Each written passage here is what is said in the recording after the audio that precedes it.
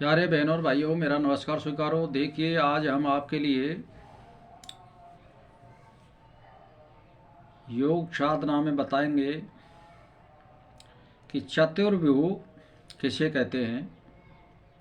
तो ध्यान दे करके देखिए कि चतुर्व्यूह के बारे में क्या क्या व्याख्यान दिया हुआ है, उसको ध्यान दे करके सुनिए। कि प्रथम तो शांति चाहिए उसके लिए, चक्रव्यूह कहलाने के लिए। फिर विद्या चाहिए, फिर प्रतिष्ठा चाहिए, और तदंतर निर्वृत्ति। ये चार व्यू हैं। निर्वृत्ति भी चाहिए।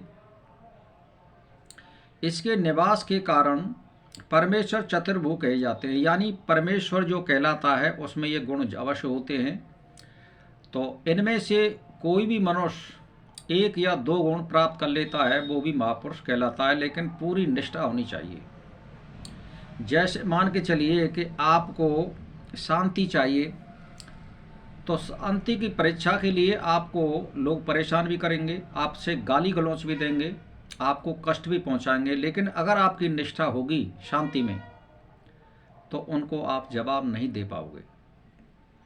ऐसे ही अगर तुम पे विद्या की प्राप्ति है, किसी भी प्रकार की विद्या की प्राप्ति हो, उसमें भी आपको विद्या की परीक्षा के लिए सारी संसार के साधनों के अनुसार आपको गुजरना पड़ेगा।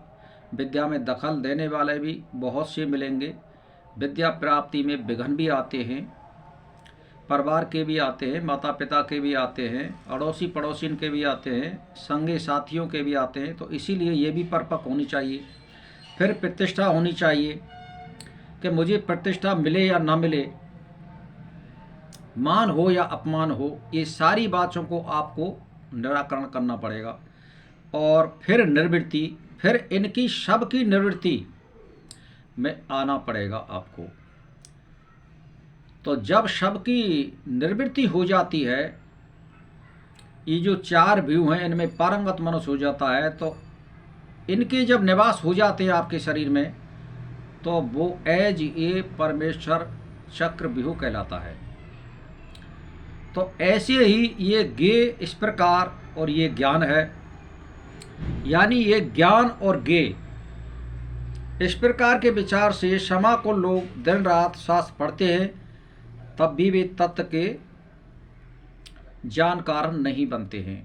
क्यों? कि उनमें ये गुण नहीं पाए जाते। शास्त्र पढ़ने से कुछ नहीं होता है, कुछ थोड़ा बहुत अल्प मात्रा में ज्ञान तो मिल जाता है, लेकिन वो स्थायी नहीं होता है।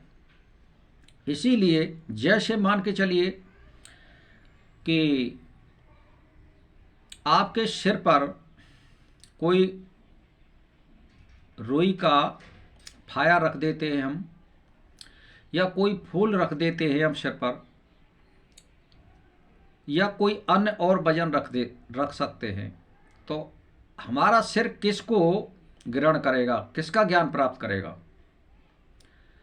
हमारा सिर केवल ये ज्ञान प्राप्त करेगा कि इसमें वजन है।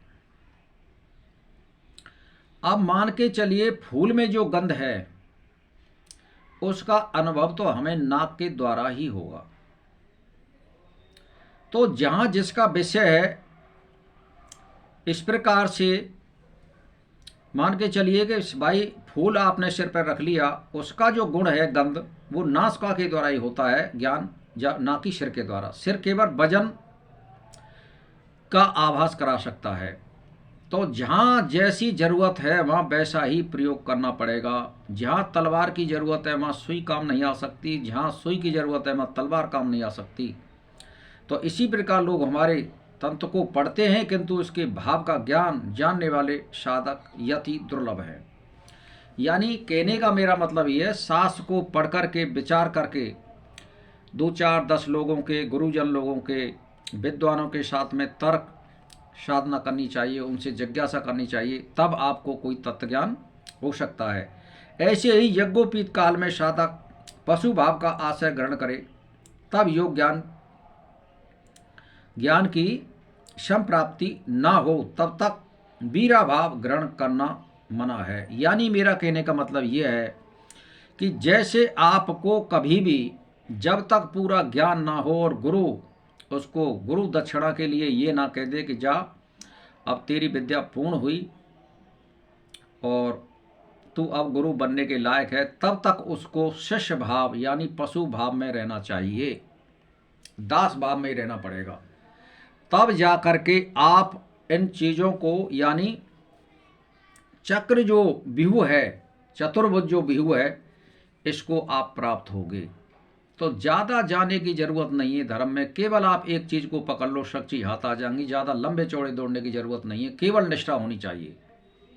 लंबे चौड़ी किताबों को पढ़ना या योग साधन करना या मतलब केवल आप एक चीज़ को पकड़ लीजिए, दृढ़ निश्चय करके पकड़ लीजिए, उसी में सबको प्राप्ति हो जाएगी। आपको केवल आत्मविश्वास होना चाहिए बस, और दृढ़ निष्ठा होनी चाहिए। एक है साधे सब सधे और सब साधे सब जाए। तो कहने का मतलब ये एक को साधिए, ज़्यादा की आप दौड़ने की कोशिश ना करें। तो आज की वीडियो में हम यहीं पर विराम लेते हैं। मेरा नमस्कार इसी के साथ।